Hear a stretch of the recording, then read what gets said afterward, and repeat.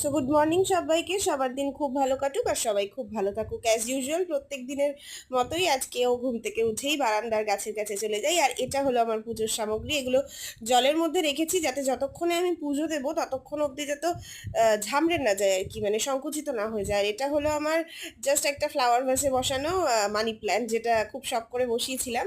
যাই হোক, আর এটা হলো আজকে গাছের পরিচর্যাই মেনলি দেখাতে চলেছি। সেটা হলো এই যে যেরকম পাকা পাতাগুলো বা পচে যাওয়া পাতাগুলো এরকমভাবে প্রত্যেক দিন একটু একটু করে চেষ্টা করবে যে খুলে ফেলে দেওয়ার, যাতে বাকিগুলোও যাতে পেকে না যায় একইভাবে। আর যদি সেটাও হয় সেক্ষেত্রেও পুরো গাছটাকেই ছেটে দেওয়ার চেষ্টা করবে, সে আবার নিজের মতন করে বড় হবে। এটাই নিয়ম।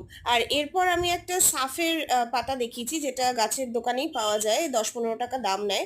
ওটা নতুন চারা গাছ যখন, মানে অ্যাকচুয়ালি বর্ষা আসছে তো, এই সাফটা যখন চারা গাছ বসাবে ব্যবহার করে নিও।